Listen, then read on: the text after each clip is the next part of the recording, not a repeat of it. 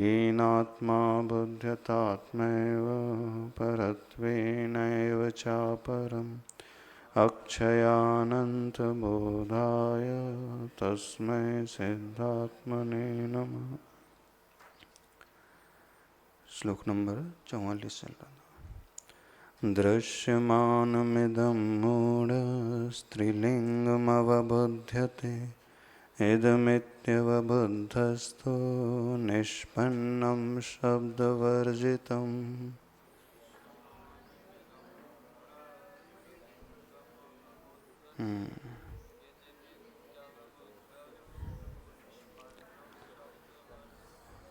मूढ़ अज्ञानी जीव संसार को कैसा देखता है, श्लोक में बताया जा रहा है। दृश्यमानम इदम, ये जो संसार दिखलाई देता है, इस संसार में रहने वाले जीव आदि दिखलाई देते हैं। तो मूढ़ व्यक्ति तीन लिंग में उन्हें देखता है, उस रूप से स्वीकार करता है। पुरुष रूप, स्त्री रूप और नपुंसक रूप उसे जानता है। अवबुद्धस्तु, और जो अवबुद्ध अर्थात ज्ञानी जीव होता है, वो इन्हें कैसा देखता है? निष्पन्नम, परिपूर्ण देखता है। शब्द वर्जितम, शब्द आदि से रहित, इस प्रकार जानता है। यहाँ ज्ञानी जीव की पहचान बताई जा रही है। जो बाहर दिखलाई देता है वह उसे उस रूप में नहीं ग्रहण करता है, पर्याय दृष्टि को नहीं देखता है। पर्याय के भीतर रहने वाली वह पर्यायी को देखता है, अर्थात द्रव्य दृष्टि को रखने वाला होता है। शरीर को न देख करके वह आत्मा रूपी द्रव्य को देखता है। जब भी दृष्टि पर्याय की ओर, शरीर की ओर आएगी तो ये कल्पना पैदा होगी कि यह पुरुष है, यह स्त्री है, ये अमीर है, ये गरीब है, ये सुंदर है, ये गोरा है, ये काला है, ये कुरूप है। और जहाँ पर्याय दिखती है वहीं विकल्प शुरू हो जाते हैं, वहीं अच्छे और बुरे की कल्पना प्रारंभ हो जाती है। और जहाँ पर्याय गौण हो जाती है, द्रव्य की ओर दृष्टि आती है, तो द्रव्य सब शरीर में एक जैसा ही रहता है। आत्मा में कोई अंतर नहीं होता है। आत्मा प्रत्येक प्राणी की एक जैसी ही है। तो दृष्टि में आत्मा आते ही सारे बाहर का दिखलाई देने वाला शरीर आदि है वो छूट जाता है। और जब वो यह देख लेता है कि आत्मा तो अरूपी है, जो दिखाई ही नहीं देती, इंद्रियों का विषय नहीं बनती है, सबकी आत्मा एक समान है, तो वहाँ विकल्प पैदा ही नहीं होते।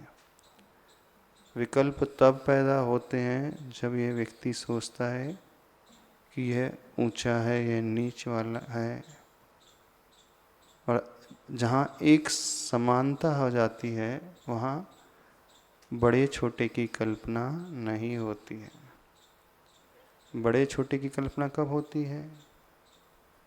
इसका पहले जन्म हुआ तो ये बड़ा है, इसका बाद में जन्म हुआ तो ये छोटा है, इसकी इतनी 40 उम्र है तो 40 वाला बड़ा हो गया, 30 वर्ष वाला और छोटा हो गया। ये सब उम्र आदि की बात, आयु आदि की बात शरीर को लेकर के होती है, पर्याय को लेकर के होती है। और दृष्टि में यदि आत्मद्रव्य आ जाता है तो आत्मा की कोई उम्र होती नहीं। कितनी उम्र है हमारी आत्मा की? कब से हम संसार में? तो अनादि काल से है। और सामने वाला जीव भी कब से संसार में? वो भी अनादि काल से है। तो दोनों उतने ही पुराने हैं, तो उसमें कोई बड़ा कोई छोटा है ही नहीं। तो जब बड़ा छोटे का भेद ही नहीं है तो विकल्प ही नहीं होंगे, सब एक जैसे होते हैं। 16 स्वर्ग के ऊपर अनुदिश हैं, 9 ग्रैवेक हैं, 5 अनुत्तर विमान हैं, वहाँ इंद्रों के 10 भेद आदि नहीं होते हैं। वहाँ सिर्फ एक ही होता है, अहमेंद्र। नीचे के जो स्वर्ग होते हैं पहले से लेके 16वें स्वर्ग तक, वहाँ इंद्र, सामानिक, त्रायस्त्रिंस आदि की कल्पना होती है, विभाजन होता है।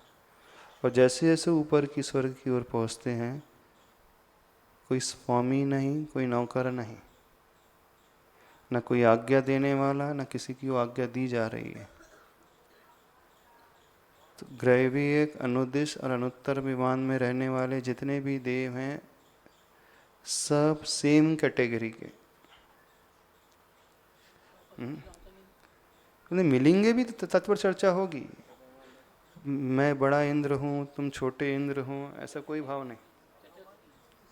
हाँ नहीं, लोकांतिक में भी सेम विवक्षा है। वहाँ पे भी इंद्र आदि की, नौकर आदि की व्यवस्था नहीं है, प्रकीर्णक आदि नहीं है। हाँ, वो तो 5वें स्वर्ग के अंत में रहने वाले ब्रह्म लोकालय, लोकांतिका, ब्रह्म लोक के अंत में रहने वाले, वो स्पेशल कैटेगरी है। तो नीचे के स्वर्ग में जो है फिर पीत लेश्या, पद्म लेश्या, बढ़ती हुई शुभ लेश्या होती चली जाती है। और 12वें स्वर्ग से ऊपर शुक्ल लेश्या, और ऊपर और उत्कृष्ट शुक्ल लेश्या। तो जहाँ शुक्ल लेश्या के परिणाम होते हैं, वहाँ कोई ईर्ष्या का भाव नहीं होगा, तुलना का भाव नहीं होगा, बड़े छोटे की भावना नहीं होगी। वहाँ सब समानता का व्यवहार।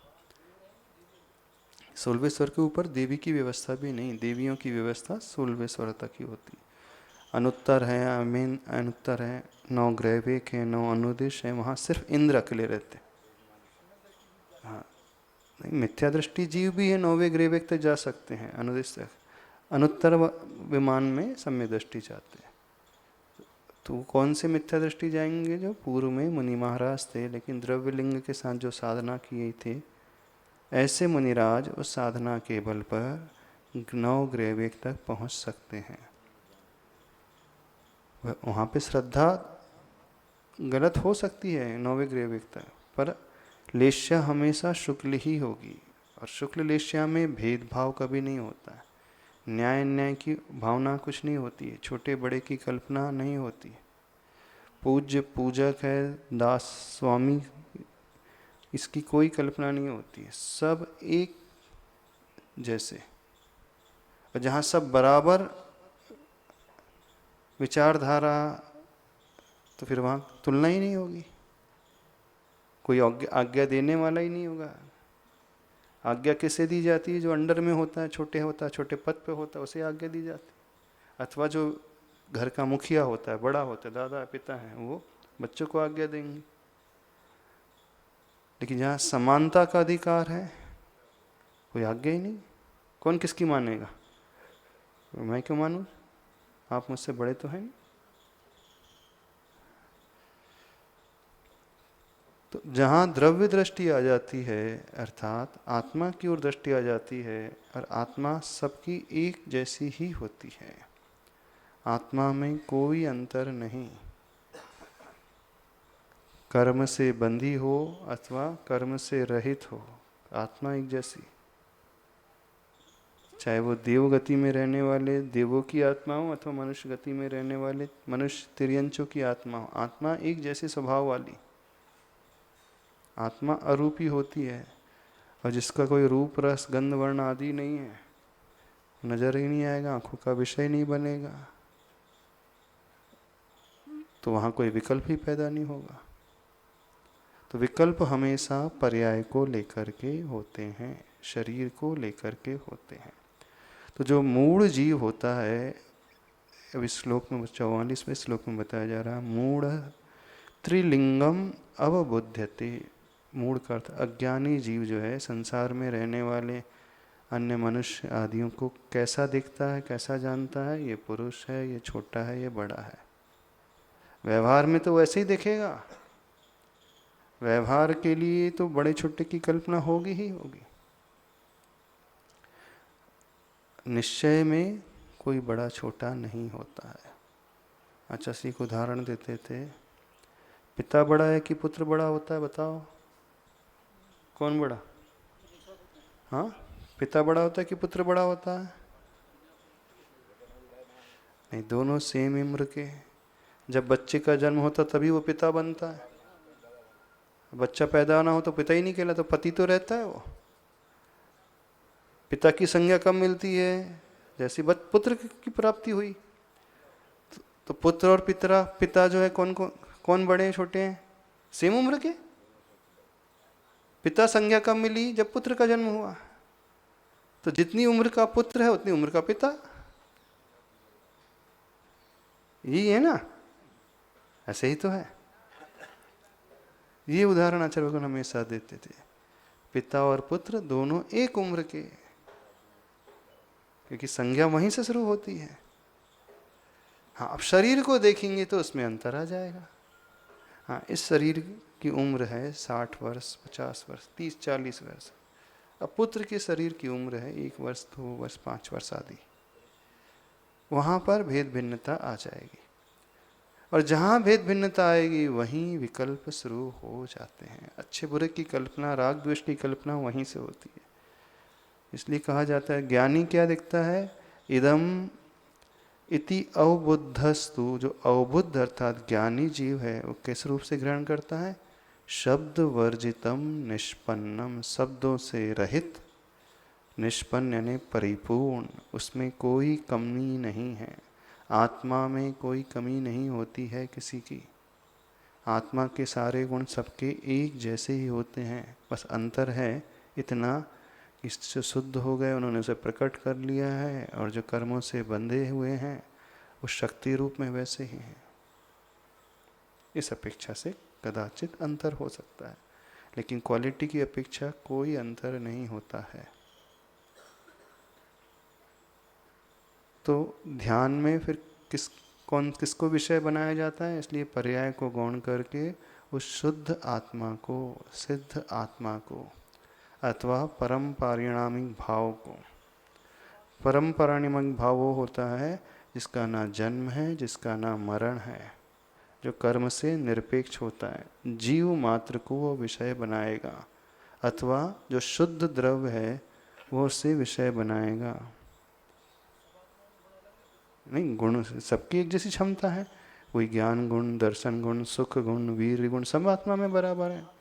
यहाँ तक कि अभव्य भी हो तो उसके भीतर भी शक्ति रूप में।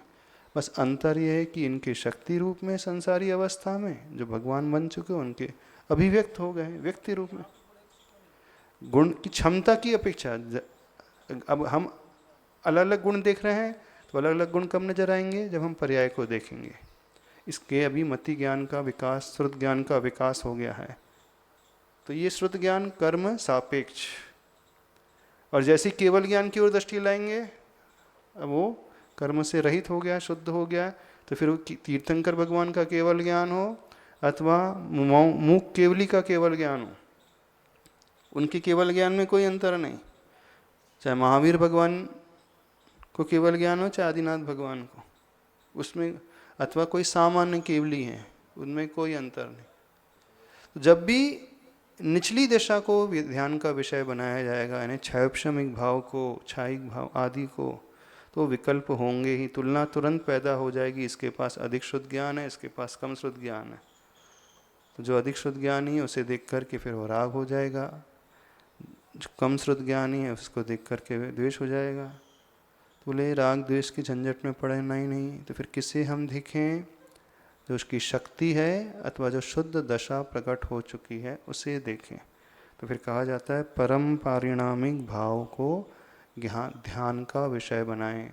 परम पारिणामिक भाव वो होता है जो कभी पैदा भी नहीं होता, नष्ट भी नहीं होता, जो था, है और हमेशा, यानी जीव मात्र को, जीव मात्र के जो ज्ञान गुण को ध्यान का विषय बनाएं। वहाँ मति शुद्ध ज्ञान की विवक्षा नहीं रहेगी, मात्र ज्ञान यानी जानने की जो क्षमता है उसे ज्ञानी जीव जो है इस रूप से देखता है, तो उसे विकल्प नहीं होते हैं, पर व्यवहार में वो देखेगा। व्यवहार निभाना तो वो तो देखेगा कि ये पुरुष है, ये स्त्री है, वो अंतर करेगा कि ये पत्नी का जीव है, ये माँ का जीव है, ये अंतर करेगा वो, नहीं तो व्यवहार ही सब लोप हो जाएगा।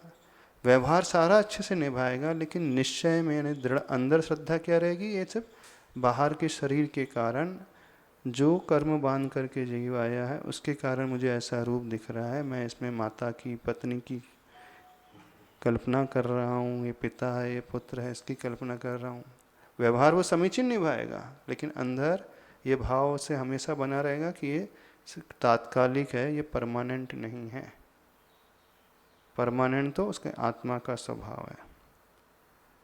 इसलिए इदम इति अवबुद्धस्तु शब्द वर्जितम निष्पन्नम। अब शब्द वर्जित से मतलब जो शब्दों का विषय नहीं बन पाता है, अथवा शब्द रूप रस गंध इन सब से वर्जित सिर्फ धी जो आत्मा है उस ओर पहुंचना होता है।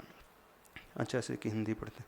स्त्री नपुंसक नरलिंग कोहि आत्मा सदैव इस भांति कहे प्रमोहि। पै आत्म अव्यय अवर्ण अखंड पिंड ऐसा कहे सुबुध ना जिनमें घमंड। स्त्री नपुंसक और नर यानी पुरुष लिंग को ही आत्मा सदैव इस भांति कहें प्रमोही। जो प्रकृष्ट रूप से मोही जीव होता है वो प्रमोही कहलाता है। यहाँ प्रमोही शब्द का प्रयोग किया आचार्य भगवान ने। जिसका मोह बहुत बढ़ा हुआ होता है वो प्रमोही जीव। वो आत्मा को किस भांति कहता है? यह स्त्री है, नपुंसक है अथवा नर है। पै किंतु आत्मा होती कैसी है? अव्यय यानी जिसका कभी व्यय नहीं होता है। अवर्ण जिसका कोई रंग रूप नहीं होता है। अखंड जिसके कोई खंड नहीं हो सकते, ऐसा वो पिंड है। ऐसा कहे सुबुध। सुबुध का अर्थ है, बुद्ध का अर्थ है ज्ञान। जो सही समीचीन ज्ञान को धारण करने वाला जीव यानी ज्ञानी जीव ऐसा कहता है, ऐसा मानता है आत्मा को, जिनमें कोई घमंड नहीं होता है, उसमें कोई ऐसा, उनमें ऐसा कोई भाव पैदा ही नहीं होता। अगला श्लोक देखते हैं। अथ भेद अभ्यास निष्पन्नस्यापि स्वरूपात् प्रच्यति स्यात् कथम इति आह। अब ये प्रश्न प्राय सबका आता है। सबको ये प्रश्न हमेशा उठता है कि जिसे भेद विज्ञान हो गया है, जो समझ चुका है, जान चुका है, ये भी जानता है कि आत्मा अलग है, शरीर अलग है, शरीर सो आत्मा नहीं, आत्मा सो शरीर नहीं। दृष्टि हमें हमेशा आत्मा की ओर रखना चाहिए, शरीर की ओर नहीं रखना चाहिए। ऐसे जानते हुए भी फिर वो राग द्वेष क्यों करने लगता है ना? ये जिज्ञासा सबकी रहती है। प्रवचन जब हम सुनते हैं तब तो समझ में आता है, हाँ ऐसा करना चाहिए, ऐसा नहीं करना चाहिए, राग द्वेष नहीं करना चाहिए, पाप आदि नहीं करना चाहिए। जानते हुए भी वो पापों से ऊपर क्यों नहीं उठ पाता है? क्या आखिर ऐसा क्यों हो जाता है कि चाहता है कि मैं ना करूं? सभी यही होते हैं ना, सही चाहते हैं ना कि हम राग द्वेष ना करें, फिर क्यों कर लेते हैं? कौन सा ऐसा कारण है? तो अब ये श्लोक उस कारण को बताने वाला आ रहा है। भेद अभ्यास निष्पन्नस्यापि। कौन से जीव की बात कर रहे हैं? जिसे भेद विज्ञान का अभ्यास हो चुका है, उस जीव की बात कर रहे हैं। ऐसे नए नवेले जीव की बात नहीं कर रहे जिसे पहली बार यह जानकारी लगी है कि आत्मा अलग होती है, शरीर अलग होता है। जो नया है वो फिसल जाए, वो गिर जाए तो समझ में आता है कि अब इसकी प्रैक्टिस ही नहीं हुई है, चलना शुरू किया है और उसके पैर लड़खड़ा जाते हैं। बच्चा होता है, चलना सीखता है, जब चलता है धीरे धीरे कई बार वो गिर भी जाता है। तो बच्चे गिर जाएं तो समझ में आता है, लेकिन जिन्हें चलते हुए बरसों बीत गए हैं वो क्यों गिर जाते हैं? बच्चे के जो पिता होते हैं, बालक के जो पालक होते हैं, वो क्यों गिर जाते हैं? तो पालक जो हो गए यानी उनकी प्रैक्टिस बहुत हो चुकी, जो 40 साल का हो चुका है, कितने लंबे समय का उसका अभ्यास है। तो ऐसा व्यक्ति भी गिर जाता है कि नहीं? हाँ, गिर जाता है, कई बार बड़े भी गिर जाते हैं। तो वही प्रश्न उठाया जा रहा, अथ भेद अभ्यास निष्पन्नस्य, जो भेद अभ्यास का जानकार है, एक्सपर्ट है,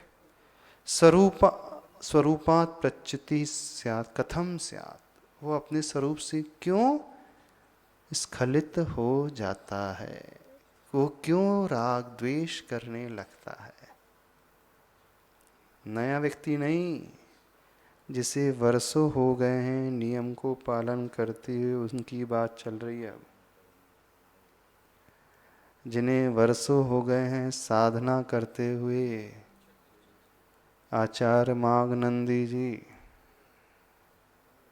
हाँ, उदाहरण आता है ना शास्त्रों में, आचार्य मागनंदी जो आचार्य कुंद के दादा गुरु, जिनका शास्त्र ज्ञान अप्रतिम, एकदम ऊपर के दर्जे का, उस समय उनसे अधिक कोई विद्वान, कोई ज्ञानी मुनि महाराज नहीं थे। आचार्य मागनंदी तत्व की पकड़ रखने वाले, सिद्धांत के ज्ञाता, वाद विवाद में निष्णात, ऐसे उपदेश देने वाले, क्या हो गया? उन्होंने भी विवाह कर लिया कुम्हार की कन्या से। अब क्या हो गया, क्यों हो गया ऐसा? कई लोग इस उदाहरण को हमेशा हाईलाइट करते हैं, जब वो गिर सकते तो हम गिर गए तो क्या परेशान। हाँ, ऐसे उस दृष्टि से नहीं लेना उसे। वो जो हुआ उनका पतन, वो तो निकाचित कर्म था एक प्रकार से, और वो कदाचित ऐसी घटना घट गई। कौन सी घटना घट गई थी? अकाल पड़ रहा था शायद, कुम्हार जो है घड़े बना करके रखा था, नहीं ऐसी कुछ घटना है ये। तो बारिश होने की संभावना थी, तो उसकी बेटी चिंतित थी, अब मेरे पिता ने घड़े बनाए हैं और बारिश हो जाएगी, सब टूट जाएंगे, इसी से तो हमारा घर चलता था। करुणा उनके मन में पैदा हो गई, तो थोड़े से प्रयोग से बारिश को रोक दिया था, ऐसी कथा आती है। हाँ, बारिश नहीं हो गई ताकि उनके कुम्हार के घड़े सूख गए, उनका नुकसान नहीं हुआ। फिर उसी भाव से सब कुछ कर रहे, तो धीरे धीरे वहाँ राग का भाव पैदा हो गया। ऐसे घूम करके रक्षा कर रहे थे, तो पिता आने आया, बोले अब तो घूम रहे, इसका मतलब आपने विवाह कर लिया हमारी कन्या से, तो आपको तो यहीं रहना पड़ेगा। ऐसा हुआ, ऐसे कुछ कथा आती है इस प्रकार की। इसलिए तो वो एक प्रकार से निकाचित कर्म, एक्सेप्शनल घटना है। वो तो बात की बात है, जो संघ में चर्चा हुई, हाँ, कि इस रहस्य को कौन बता सकता है, सिद्धांत के रहस्य की गाथा तो आज वर्तमान में संघ कोई है ही नहीं। तो फिर गुरु महाराज ने कहा, आचार्य मागनंदी ही इस विषय को हल करके बता सकते हैं, उन्हीं से जाकर के पूछा जाए तो रास्ता निकल सकता है। जबकि उन्होंने विवाह कर लिया था, उन तक खबर पहुंचती है, अभी भी संघ मुझे इतना मानता है। बस तुरंत अपनी गलती का पश्चाताप हुआ और पुनः दीक्षित होकर के साधना करने लगे। कर्म के उदय से स्खलित हो गए थे, लेकिन पुनः संभाल लिया। कुछ लोग उदाहरण देते हैं लेकिन आधा उदाहरण देते हैं।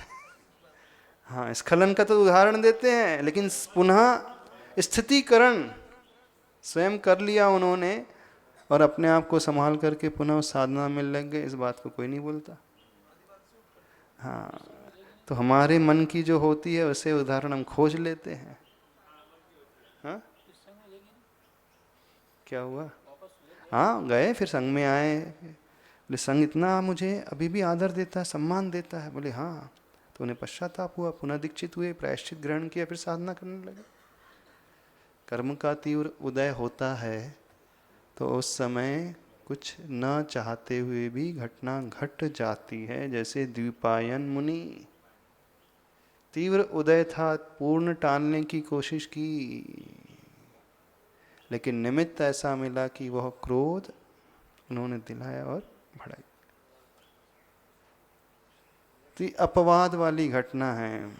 तो यहाँ जो है, जब निकाचित कर्म आ जाता है तो ऐसा होता है। तो कैसे संभाल लें? फिर यहाँ पर कोई विधि बताई जा रही है।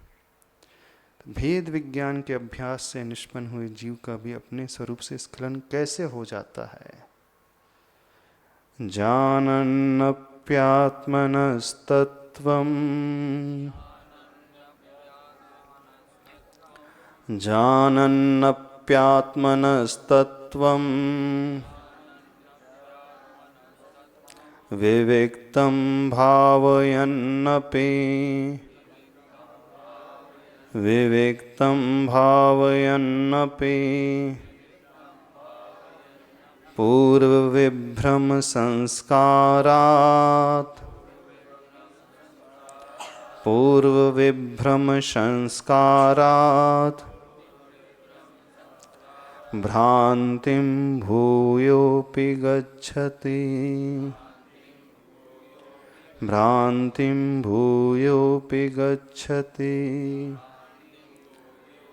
जानन्नप्यात्मनस्तत्त्वं विविक्तं भावयन्नपि पूर्वविभ्रमसंस्कारात् भ्रान्तिं भूयोऽपि गच्छति।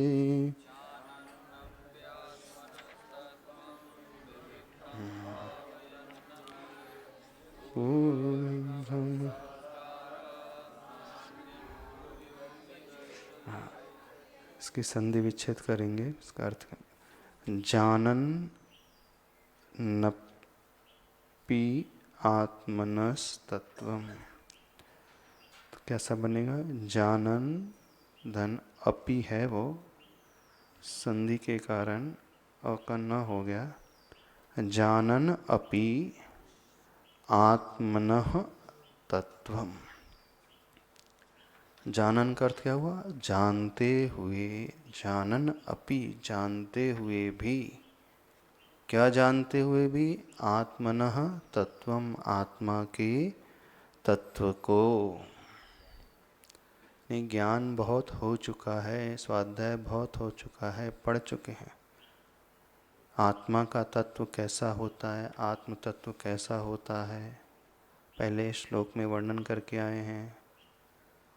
अविक्षिप्तम मनस्तत्वम, आत्म तत्व क्या कहलाता है?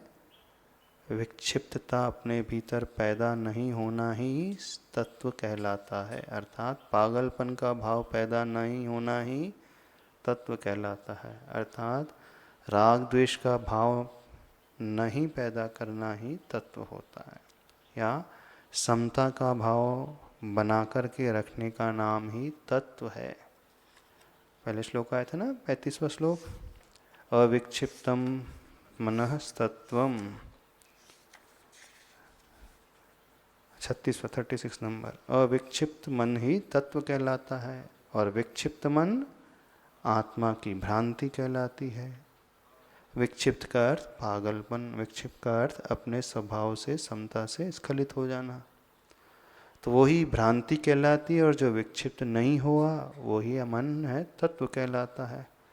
तो धारित तद अविक्षिप्तम, इसलिए अविक्षिप्त पने को धारण करें और विक्षिप्त पने का आश्रय कदापि भी न लें। अब यहीं ये बात बताई जा रही है इस 45वें श्लोक में। जानन अपि ही आत्मनः तत्वम, अर्थात ये जीव जानता भी है। कौन सा जीव है? ज्ञानी जीव की बात चल रही है, जिसने बहुत स्वाध्याय किया है। जिसे तत्व ज्ञान पूरा है, आत्मा अलग है, शरीर अलग है, 7 तत्व होते हैं, तो जानन अपि, जानता हुआ भी आत्मा के तत्व को, अर्थात राग द्वेष नहीं करना चाहिए, हमेशा समता में रहना चाहिए। जो समता में रहता है वही तत्वज्ञानी माना जाता है, आत्मा के तत्व को जानता हुआ भी। फिर क्या लिखा है, विवेक्तम भावयन अपि, संधि विच्छेद करेंगे तो भावयन अपि है, तो मूल रूप में क्या है वो, भावयन अपि। विविक्तम का अर्थ क्या है, भेद विज्ञान। विविक्त का अर्थ हुआ अलग अलग, भिन्न भिन्न, मिला हुआ नहीं है, अलग अलग है। संयुक्त का अर्थ होता है मिला हुआ, और संयुक्त का अपोजिट हो गया विविक्त। जैसे हम बोलते हैं हिंदी में संयुक्त है, संयोग है, मिला हुआ है।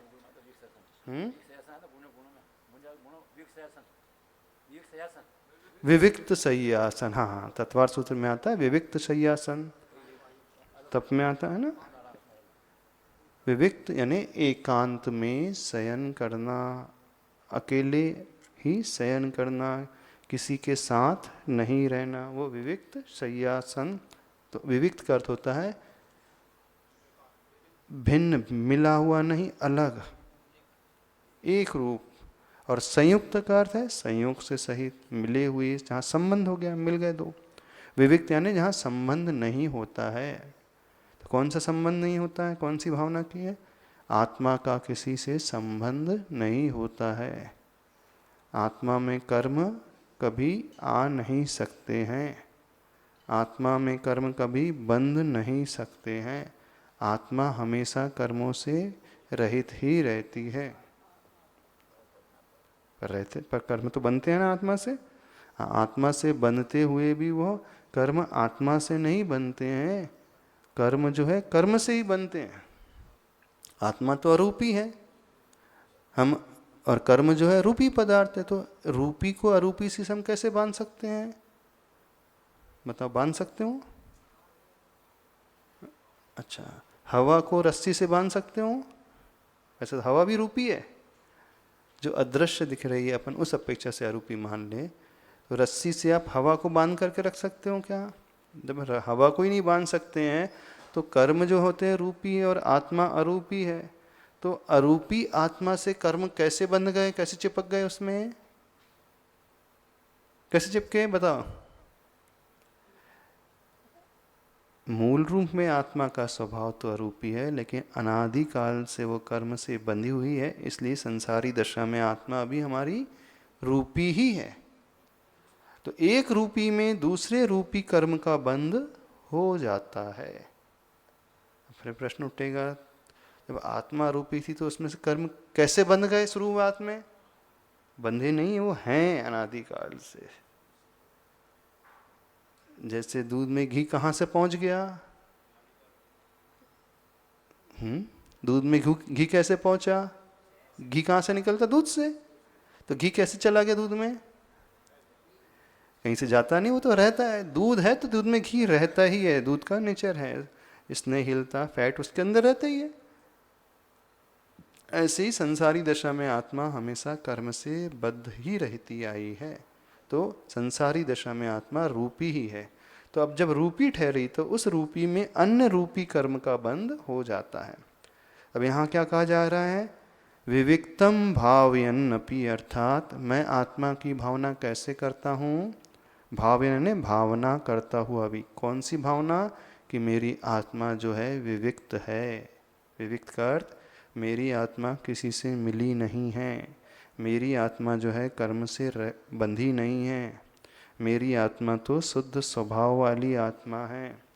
यह विविक्त की भावना, अर्थात भेद विज्ञान की भावना। तो विविक्त से क्या अर्थ निकालना है यहाँ? भेद विज्ञान की भावना भाता हुआ भी। दो बातें यहाँ बताई जा रही हैं, आत्म तत्व को जानता हुआ भी और भेद विज्ञान की भावना को भाता हुआ भी। जो भेद विज्ञान की भावना को भा रहा है वो कौन सी होता है? अभ्यास करने वाला। क्योंकि भावना तो वही भाएगा जो बार बार उसका चिंतन कर रहा है, बार बार ऐसा सोच रहा है, तो वही भावना भाने वाला हुआ। तो भेद विज्ञान की भावना कैसी भाई जाती है? एक तो यह कह करके कि आत्मा अलग है, शरीर अलग है, ये सिर्फ बुद्धि का विषय बना। फिर उसके बाद क्या? जब शरीर हमसे, हमारी आत्मा से भिन्न है, तो उस शरीर में कोई उपसर्ग आदि होंगे, प्रतिकूलता आ जाती हैं, तो वो ऐसा चिंतन करता है कि प्रतिकूलता तो आत्मा में नहीं आ रही, प्रतिकूलता शरीर में आ रही है। कष्ट जो हो रहे हैं शरीर को हो रहे हैं, आत्मा में कभी कष्ट हो ही नहीं सकते। शरीर का स्वभाव है जीर्ण शीर्ण होने वाला, सड़न गलन स्वभाव है, पूर्ण गलन स्वभाव है, और आत्मा का स्वभाव ऐसा नहीं है। तो ये जिसने भावना भाई है, उस उपसर्ग को और कष्ट को वह समता से झेलता है। तो भेद विज्ञान की भावना भाने का अर्थ क्या हुआ? सिर्फ दोहराना नहीं है, आत्मा भिन्न शरीर भिन्न है, आत्मा अलग है शरीर अलग है। हाँ, आत्मा जो है शुद्ध रहती है, आत्मा हमेशा बुद्ध रहती है, आत्मा क्रोध आदि कषाय से रहित रहती है।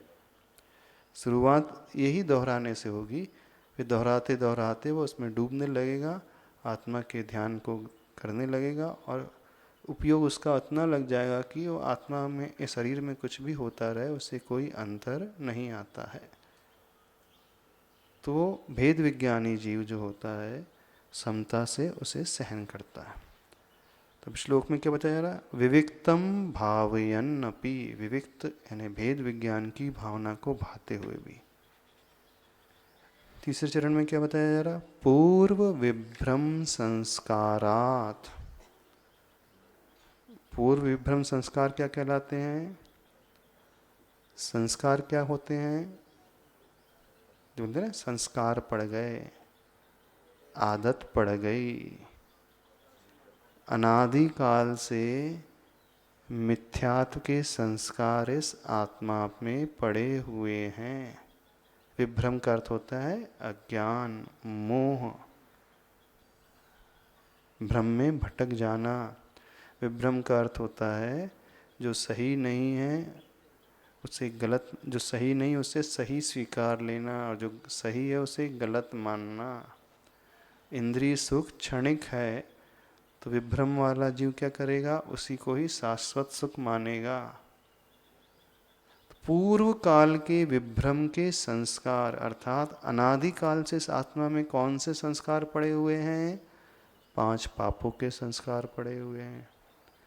आहार, मैथुन, भय, परिग्रह, 4 संज्ञाओं के संस्कार पड़े हुए हैं। व्यसनों के संस्कार पड़े हुए हैं। परिग्रह के, मूर्छा के संस्कार पड़े हुए हैं। आर ध्यान और रौद्र ध्यान के संस्कार पड़े हुए हैं। अशुभ लेस्या के संस्कार पड़े हैं। यानी अनादिकाल से संसारी जीव की यात्रा कैसी रही है? सिर्फ इंद्रिय और कषायों के इर्द गिर्द घूमने वाली रही है, इन्हीं के चक्कर लगाती रही है। पंचेंद्रिय के विषयों के पोषण के ही संस्कार है। अनादिकाल से संस्कार कौन से हैं?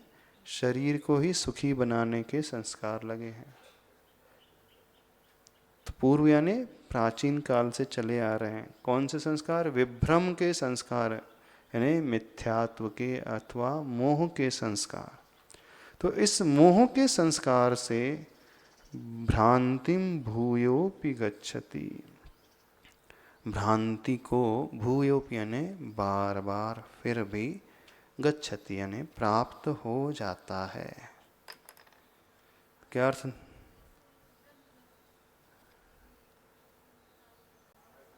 क्या अर्थ निकला श्लोक का? अब देखो इसके हिंदी अर्थ को पढ़ लें। आत्मा के यथार्थ स्वरूप को जानते हुए भी तथा भिन्न रूप से आत्मा की भावना करते हुए भी पहले के विभ्रम वाले संस्कार रहने से वह पुनः पुनः भ्रांति में पड़ जाता है। जब भी कोई व्यक्ति नियम लेता है अथवा न्यू ईयर रिजोल्यूशन लेता है, जब भी नया वर्ष आता है तब सोचता है हाँ अब अगले साल से नया साल आ रहा है, अब मैं ये नहीं करूँगा वो नहीं करूँगा, अच्छे से रहूँगा। गुस्सा नहीं करूँगा, चाय नहीं पीऊँगा, कॉफ़ी नहीं पीऊँगा। नहीं, आहार की बात तो वो तो अलग हो गई। नहीं नहीं, आहार तो संज्ञा लगी है, आहार तो शरीर के लिए आवश्यक है, उसकी बात नहीं चल रही है।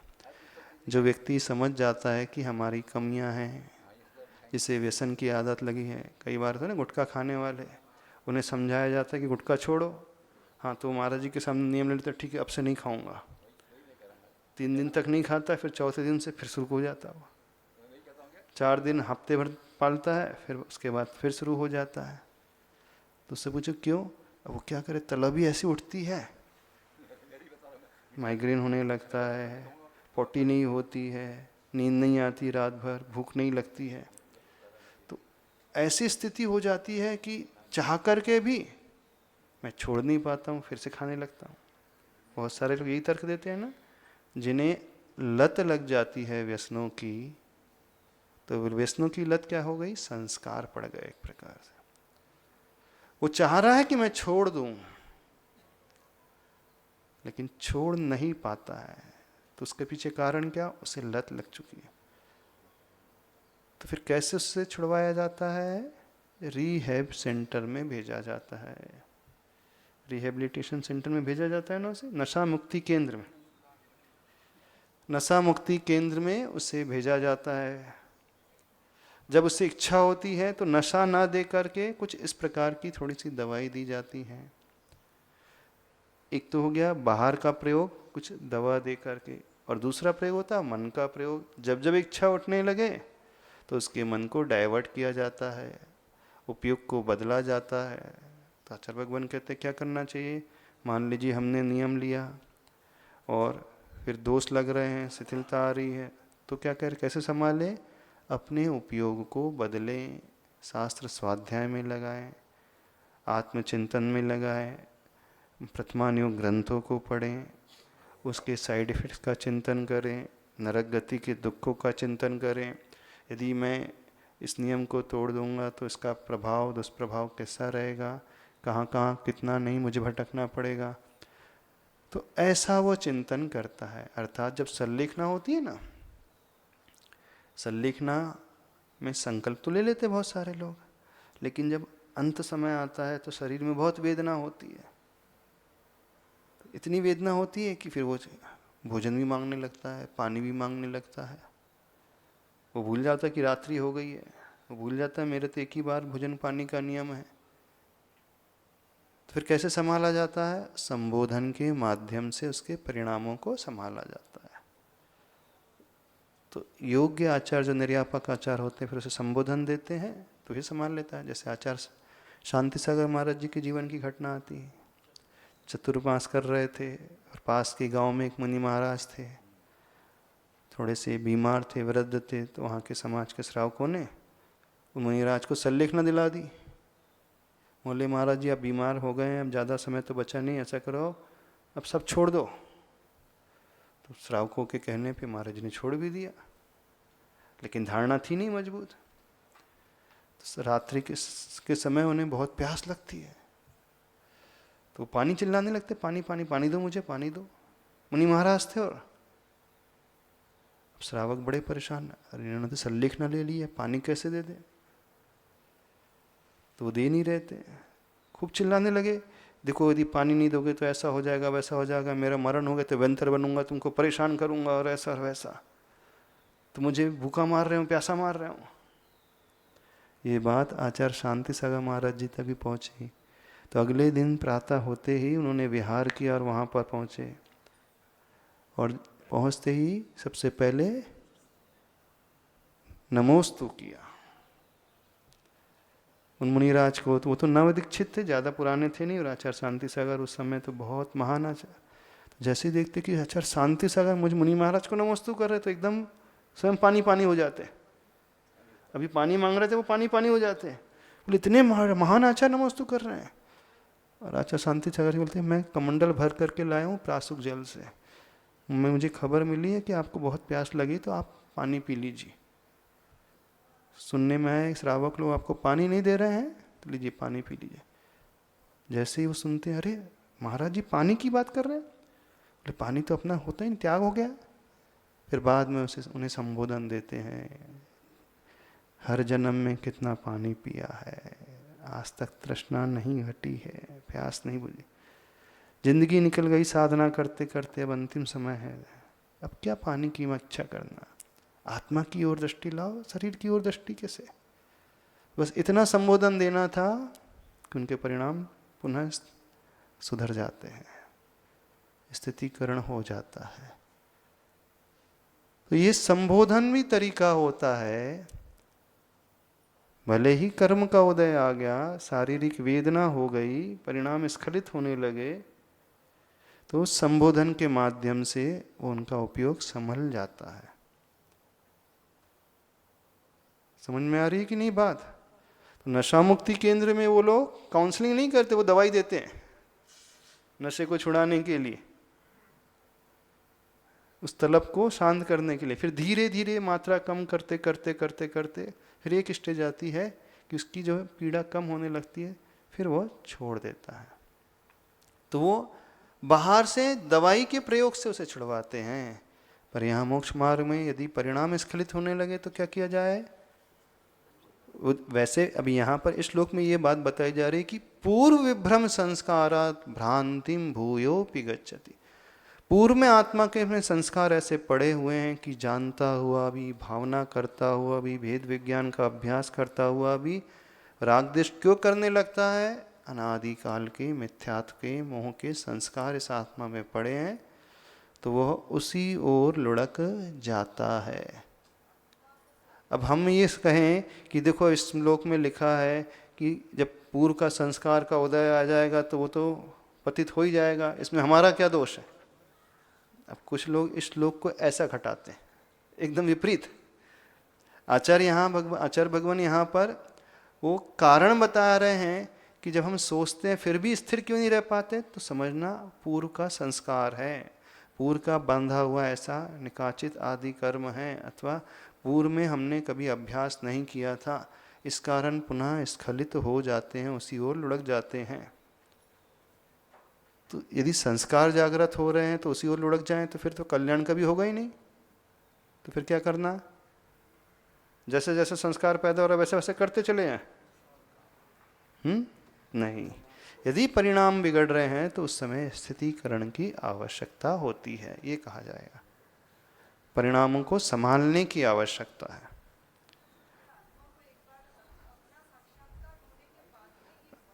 हाँ, क्यों नहीं हो सकता। साक्षात्कार होने पर भी, उपशम श्रेणी पे चढ़ने पर भी, 11वें गुण स्थान को छू कर के आने पर भी वे मुनि महाराज मिथ्या दृष्टि हो सकते हैं और निगोद तक भी जा सकते हैं, ऐसे धवला ग्रंथ में लिखा। 11वां गुण स्थान यथाख्यात चारित्र, शुद्ध चारित्र, कषाय का वहाँ रंच मात्र भी उदय नहीं, शुद्ध दशा। सत्ता में ही ये बात अलग है, लेकिन वहाँ ठहर नहीं पाते, अंतर मुहूर्त में ही वो गिर जाते हैं और पतन होकर के 7वें 6वें गुण स्थान में आ जाते हैं। हजारों बार 6वें 7वें 6वें 7वें तक रहते हैं, और हो सकता है उसके बाद और भी पतन हो जाए। अब अध्यायुष के तो फिर मिथ्यात्व में आकर कोई सी भी आयु का बंध, हाँ, नीचे भी आ सकता है, और यहाँ तक कि वहाँ से मरण करके वो निगोद की पर्याय में भी जा सकते हैं और जाते हैं। ऐसा उल्लेख आता है धवला ग्रंथों में, सिद्धांत ग्रंथों में, ऐसे भी विकल्प, ऐसे भेद बताए हैं। तो वहाँ जो 11वें गुण स्थान में उपशम श्रेणी में चढ़े मुनि महाराज, उनकी साधना कितनी उत्कृष्ट रही होगी। जैसा आत्मा का स्वरूप है अनुभव बिल्कुल वैसी रही है। फिर भी तो जब तीव्र कर्म का उदय होता है तो व्यक्ति नीचे भी आ भी सकता है। तो इसलिए कहा जाता है, भले ही हम ये सोचे कि हमारी साधना बहुत अच्छी हो गई है, अभ्यास बहुत हो गया है, हमें बहुत वर्ष हो गए, हमने बहुत लंबी चौड़ी साधना कर ली है, अब तो हमारा कल्याण हो ही जाएगा, ज़्यादा भ्रम में नहीं रहना। अंतिम समय तक अपने को संभालने की आवश्यकता होती है। अर्धपुद्गल परावर्तन काल तक, अंतिम समय तक, जब तक रिजल्ट नहीं आ जाता है। कई बार होता है ना, जीती हुई मैच भी हार जाते हैं लास्ट ओवर में। हाँ, 45-46 ओवर तक तो लगता है आसानी से जीत जाएंगे, और लास्ट 3 ओवर में ही 2 विकेट से सीधे 9 विकेट तक हो जाते। लास्ट ओवर की लास्ट बॉल में, लास्ट ओवर में मात्र 3 रन बनाना था और ऑल आउट हो जाती टीम। क्या हो जाता है, जबकि सब कुछ लगता, अब तो जीत निश्चित ही है।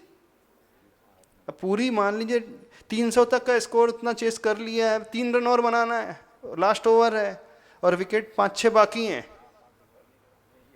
लाइन से भी कई ऐसी भी मैचेस हुए हैं वो हार गए, जीती हुई मैच वो हार गई टीम। तो अति आत्मविश्वास में, ओवर कॉन्फिडेंस में जब आ जाते हैं तो वहाँ स्खलन की संभावना बढ़ जाती है। इस कारण आचार्य भगवान कहते हैं कि जब तक अंतिम समय ना आ जाए तब तक चैन से न बैठे, जागृति बना करके रखें। अरे जी, उपसम श्रेणी में तो ऐसा स्वाभाविक परिणाम है वहाँ। हाँ, कुछ तो वो तो स्वाभाविक है, क्योंकि वह आत्मा में जो कर्म थे वो सत्ता में तो मौजूद थे, सिर्फ दबा करके वो चढ़े थे। तो ऐसे ही तो यहाँ पर वो रीजन बताया जा रहा है, पूर्व विभ्रम संस्कार, यानी जो साधक होता है वो चला करके नहीं कर रहा है, लेकिन उसके पूर्व कर्म का उदय आ जाता है तो भ्रांति भूयोपि गच्छति, उस भ्रांति को बार बार चला जाता है, प्राप्त कर लेता है। तो ऐसे समय अपने परिणामों को जागृत रखने की आवश्यकता है। महाराज जी, तो ये बहुत आसान नहीं है, बहुत दुर्लभ है, अच्छे नहीं कर पाते। संलिखना अच्छों की क्यों नहीं हो पाती? हाँ, जीवन भर अच्छी साधना की है, व्रत उपवास किए हैं, उपाध्याय पद पे रह करके अध्ययन अध्यापन कराया है, और संलेखना के समय उनके भी परिणाम स्खलित हो सकते हैं, राग द्वेष का भाव पैदा हो सकता है। तो यहाँ पे उसी रूप में नहीं लगाना कि सब व्रत को छोड़ ही दिया। यहाँ पर क्या बताया जा रहा है, जो समता एकदम उनकी छूट गई, शुद्धोपयोग की जो भूमिका थी वह छूट करके वो शुभोपयोग में आ जाते, वो भी घटित हो सकता है। और निचले स्तर में आए तो जैसे वो आचार्य मागनंदी जी का हुआ था वह भी घटित हो सकता है। नहीं, कहीं तक भी व्यक्ति का पतन हो सकता है। 11वें गुण स्थान से उतरते उतरते पहले गुण स्थान तक भी वह जीव आ सकता है, अथवा शुद्धोपयोग ध्यान अवस्था से वह छठे प्रमाद की दशा में शुभोपयोग में भी आ सकते हैं। यह भी उससे अर्थ निकलता है। तो उसके पीछे मूल कारण कौन सा आता है? पूर्व संस्कार, विभ्रम के, मोह के संस्कार अनादिकाल के सबके साथ लगे हुए हैं। महाराज जी, इस ग्रंथ में भूल ही भूल बताई जा रही है और उससे निकालने का उपाय भी बताया जा रहा है। हाँ, दोनों ही बताए जा रहे हैं। लेकिन मूल गाथाओं में कहीं भी कोई गुण स्थान पर कथन या फिर कि नए सापेक्षता को नहीं बताया जा रहा है। क्यों नहीं तो बताया जा जिसको रहा ज्ञान नहीं है तो वो कैसे समझेगा उस इस बात कारण के तो लिए? कहा जाता है गुरु के चरण सानिध्य में रह करके स्वाध्याय करना चाहिए। पहले बहुत सारा वर्णन करके आ चुके हैं, ऐसा नहीं है। हाँ, इस ग्रंथ में गुण स्थान परक व्याख्या नहीं हुई है। अध्यात्म ग्रंथ में इनकी व्याख्या नहीं होती है, क्योंकि जब अध्यात्म ग्रंथ लिखे जाते हैं तो आचार्य भगवान समझते हैं इसके पात्र जो होते हैं। अपमत्तो जान गोदु तेन सो होदी, मतलब उससे पता चलता है कि छठवें गुण स्थान तक की बात है, उससे फिर ऊपर की बात है। लेकिन यहाँ ऐसा कुछ समझ में आता नहीं, ही यहाँ नहीं। पे गुण स्थान परक विवक्षा नहीं की गई है। अध्यात्म ग्रंथों में आचार्य भगवान ये मानते हैं कि जो पात्र है वो इतना समझदार है, उन्हीं के लिए लिखा जाता है अध्यात्म ग्रंथ। जो निचले स्थान में रहते उनके लिए है ही नहीं, वो कभी भी उल्टा अर्थ निकालेगा ही नहीं, इस अपेक्षा से लिखा गया है। समाधि तंत्र सबके लिए है। नहीं, समाधि तंत्र भेद विज्ञानियों के लिए, मुनि महाराज के लिए मूल रूप से पात्रता वही है। और उत्कृष्ट पात्रता, उत्तम पात्रता वो फिर निचली दशा में आते जाएंगे तो और वो पात्रता आ जाएगी। तो विरले जी भी कर पाते हैं। अच्छा, श्री की हिंदी पढ़ लेते। श्रद्धात्मको सुबोध यद्यपि जानता है, ध्याता उसे अलस को तज देखता है।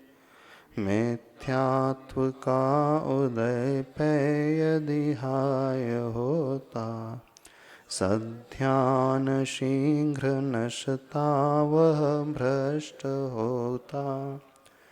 शुद्धात्म को वह सुबोध यानी ज्ञानी जानता है, यद्यपि ध्याता उसे अलस को तज देखता है। आलस प्रमाद को छोड़ करके वो ध्यान भी करता है, उसे देखने वाला भी होता है, वैसी अनुभूति भी लाता है।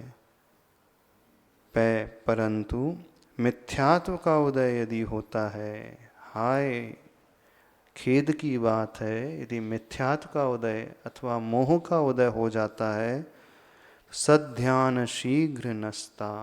जो शुभ ध्यान में थे अथवा वो श्रेणी में थे अथवा सद्धोपयोग की दशा सात्विक गुण स्थान में थे अथवा शुभ ध्यान कोई भी हम लगा सकते हैं, वो नष्ट हो जाता है और वह जीव जो है वहाँ से भ्रष्ट हो जाता है। तो ये हर कैटेगरी में घटित हो जाएगा। 11वें गुण से नीचे गिरना भी उसके लिए कारण आ जाएगा, अथवा शुद्धोपयोग में 7वें गुण स्थान से उसमें भी प्रमत्त दशा में आ जाएंगे तो भी ये श्लोक घटित हो जाएगा, अथवा 5वें गुण स्थान में आ जाएंगे तो भी घटित हो जाएगा, 7वें से 4थे में भी आ जाएंगे तो भी घटित हो जाएगा, और पहले गुण स्थान में भी घटित हो सकता है, सब में घटित हो जाएगा। पात्र को देख करके सब जगह यह लागू होता है श्लोक। कुल मिलाकर के निष्कर्ष ये निकालना है कि यदि कुछ ऐसा हमारे साथ हो रहा है तो हम कर्मों पे ही नहीं डाल लें, अपने आप को संभालने की कोशिश, यानी स्वयं का स्थितिकरण करने की कोशिश करें, अथवा कोई हमें ऐसा पात्र दिख रहा है और स्खलित हो रहा है तो उसके स्थितिकरण में हम अपनी अहम भूमिका निभाएं, ये होना चाहिए। 2 बातें हैं, जैसे स्वभाव से च्युत होने पर दुख होता है कि नहीं होता है, और होता है तो फिर गिरता ही क्यों है? क्योंकि एक सीमा है, उससे ज़्यादा रुक ही नहीं सकते। अब झूला, अच्छा से उदाहरण तो झूला ऊपर गया है तो ऊपर क्यों नहीं टिका रहता है? वो झूले का स्वभाव है कि बस ऊपर जा रहा है तो नीचे आएगा, फिर नीचे आएगा तो नीचे नहीं तो फिर ऊपर चढ़ता है। तो 6वां 7वां गुण स्थान उस झूलते हुए झूले की भांति ऊपर नीचे, यदि ऊपर टिक जाए तो सीधे मुक्ति हो जाएगी, उसे केवल ज्ञान प्राप्त हो जाए। क्योंकि अभी केवल ज्ञान लायक दशा है नहीं, वैसा सहनन है नहीं, वैसी विशुद्धि है नहीं, वैसे परिणामों की स्थिरता नहीं है, तो उस अवस्था तक छुआ फिर नीचे आना ही है, उसका स्वभाव है, उस कारण।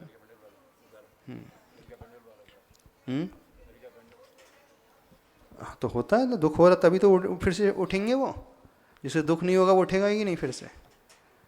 दुख हो जाए यदि हम गिर रहे हैं तो फिर अपने आप को कैसे संभाल लेंगे? जब हम रियलाइज़ करेंगे कि ये ठीक नहीं हुआ, फिर से हम स्थितिकरण करेंगे। बस इतना ही रखते हैं।